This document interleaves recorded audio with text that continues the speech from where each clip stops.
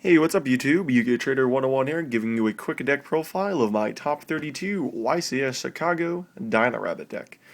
For anybody who's been following along with all of my videos and decks and whatnot over the course of the last few months, this was the 6th YCS in a row that I have attended that I have placed in the top. Quite an awesome accomplishment. I even lost round 1 to a wind-up loop and was able to trek along, lose round 6, be 4-2, and then win the last 5 rounds in a row to place in the top 32. Unfortunately, I had to play a friend of mine on the last round on the bubble, but so is life. I ended up deciding to play Dino-Rabbit again, even though there was the change to the priority ruling, making this card a lot better, especially on Rescue Rabbit. But Fraser Smith and I both acknowledged that we thought that Dino-Rabbit was still a good deck. It might have even gotten better because of this ruling change. In an article that should be posted on Alt Reality Games within the next week or so, I have a very extensive tournament report where I discuss the decision-making process that I had, along with several other members of Alt Reality Games, in deciding to run this Dino-Rabbit deck. Fraser Smith and I played the same main deck card for card, though our side deck and extra deck did vary a little. I think our extra deck was the same, actually. Our side deck was the only difference. So this is the Dino-Rabbit deck that I took to the top 32 of YCS Chicago this past weekend. Of course, we're going to run the one obligatory copy of Sangan, and the 3 copies of Tour Guide from the Underworld. We elected to play 2 copies of Spirit Reaper in the main deck, even though it's not very good against Insectors. We felt that our Insector matchup was strong enough to main deck 2 cards that are inherently bad against Insectors. We also ended up main decking copies of Macrocosmos, so we felt, in conjunction with our already strong matchup with cards like Guaiba and Rescue Rabbit, we could main deck the 2 copies of Spirit Reaper and get away with it in the Insector matchup because it would be beneficial across the board against Heroes, Chaos Dragons, the Rare match, and things of that like.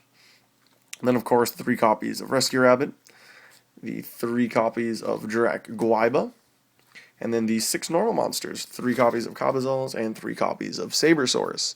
We almost ran 2 copies of Doom Caliber Knight over the 2 copies of Spirit Reaper, but decided that we felt that with all of the removal in our decks, such as the Smashing Grounds and our trap lineup, which I'm about to show, that the 2 copies of Spirit Reaper could really put in work by clearing the way and getting cards out of the opponent's hand. For the spell lineup, we ran 3 copies of Forbidden Lands, which is now fantastic with the priority ruling, 3 copies of Mystical Space Typhoon. Just like Dallas, I decided to play in the main deck 2 copies of Smashing Ground. It's a versatile card and it's good against virtually every matchup and is especially good for clearing the way for Spirit Reaper shots.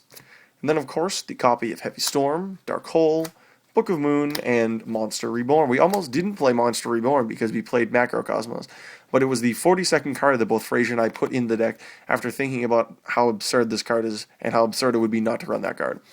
If you did notice, we did not play Pot of Avarice. With the Macrocosmoses, we decided that Pot of Avarice would not be consistent enough, and it already is almost a win more card in some situations. How many times do you really need to resolve 3 Rescue Rabbits in one game? I certainly did not over the course of the tournament, and I did not miss Pot of Avarice, and I did not miss having it in my opening hand. For the spell lineup, we ran 2 copies of Dimensional Prison, 2 copies of Bottomless Trap Hole, 2 copies of Macrocosmos, 2 copies of Solemn Warning, 2 copies of Torrential Tribute, a copy of Solemn Judgment, and a copy of Starlight Road. The Starlight Road was included with the Macrocosmoses because we found that this build would be a little bit more trap-reliant than the previous builds, and every time that I drew Starlight Road, I seemed to have triggered it. So it was a fantastic card in my main deck. For the side deck, I ran 2 copies of Effect Veiler. We decided not to main them because it's a very bad card against Heroes and Dark World, which we found are assumed to be very popular. Of course, it's fantastic against Insectors, and it is even playable now against Dino-Rabbit.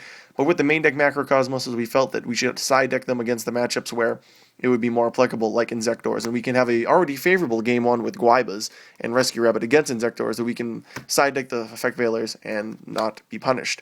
Instead of main decking the Doom Caliber Knights, we decided to main deck Doom Caliber Knight as a monster we can normal summon against Insectors and feel safe against having popped from the field. We then played 3 copies of Snowman Eater in the side deck, simply because of how fantastic it is against Dino-Rabbit Heroes and things along that line. And then, of course, 1 copy of Kinetic Soldier. I decided to run the copy of Kinetic Soldier because after deciding how many cards we would side in and out against things like Dino-Rabbit and Insectors and Chaos Dragons and Windups and so on and so forth, there was 2 or 3 spots where in the side deck I could side deck incredibly narrow cards, such as Kinetic Soldier, but it would be so beneficial in the matchups against Heroes and even stuff like Six Samurai, that the Kinetic Soldier was a fine inclusion.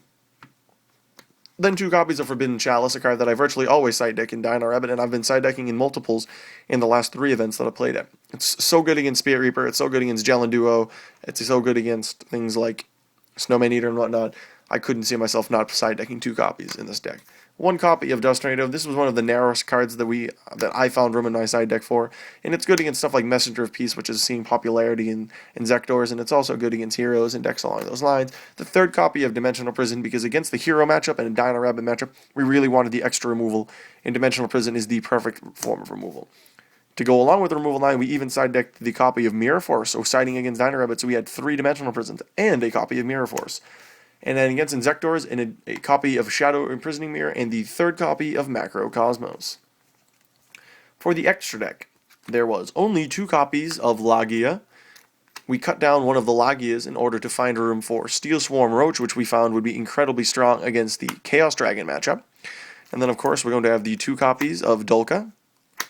We're going to have 2 copies of Leviair the Sea Dragon, 1 copy of Acid Golem, 1 copy of Maestro the Symphony Djinn, 1 copy of Wind Up Zenmaines, 1 copy of number 17 Leviathan Dragon, the Utopia Ray and Utopia, 1 Tempo the Percussion Djinn, which was quite frankly the best rank 3 out of the structure deck, is especially fantastic at dealing with Acid Golem and Wind Up Zenmain, and technically you can go into this against Dino-Rabbit and they're forced to go into Dolka as opposed to Lagia. That situation never came up, but it is certainly a possibility.